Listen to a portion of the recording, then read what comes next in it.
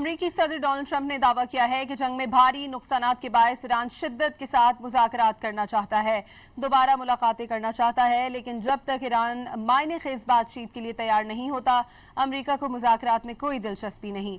अमरीका जल्द ही ईरान के उन इलाकों को निशाना बनाएगा जहां ईरान के जौहरी सेंट्रीफ्यूजेस मौजूद होने की इत्तलात हैं।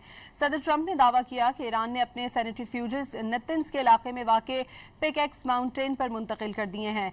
व्हाइट हाउस में लेबनानी सदर जोसेफ ऑन के हमरा न्यूज़ कॉन्फ्रेंस में सदर ट्रंप ने दावा किया कि अमरीकी फौज ईरान की दिफाई सलाहियतों को ऐसी सतह पर कमज़ोर कर रही है जिसके बारे में किसी ने सोचा भी नहीं होगा। ईरान ने उर्दन में कोई कार्रवाई कर दिखाई, अगर वहां अमरीका के दीगर ऑपरेटर्स मौजूद होते तो जानी नुकसान ना होता। अगर ईरान से साबिक सदर ओबामा की डील ख़त्म ना करते तो ईरान कई साल पहले ही एटमी हथियार हासिल कर लेता। आज इजराइल का वजूद बाकी ना होता। ईरान मशरिक़ वुस्ता के कई मुल्कों को भी सफ़े हस्ती से मिटा देता। खलीज में ईरान की सख्त बहरी नाकाबंदी की जा रही है। ईरान को कोई जहाज नाकाबंदी से गुजर नहीं सकता। सदर ट्रंप ने यह भी वाज़ेह किया कि यमन के हौसियों को बहरा अहमर बंद करने की इजाज़त नहीं दी जाएगी। नाकाबंदी शुरू की गई तो सख्त एक्शन लिया जाएगा।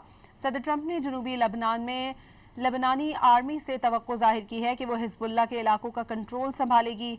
एक सवाल पर उन्होंने शाम के सदर अहमद अल शरा से एक बार फिर हिजबुल्लाह के खिलाफ कार्रवाइयों में हिस्सा लेने की उम्मीद जाहिर कर दी।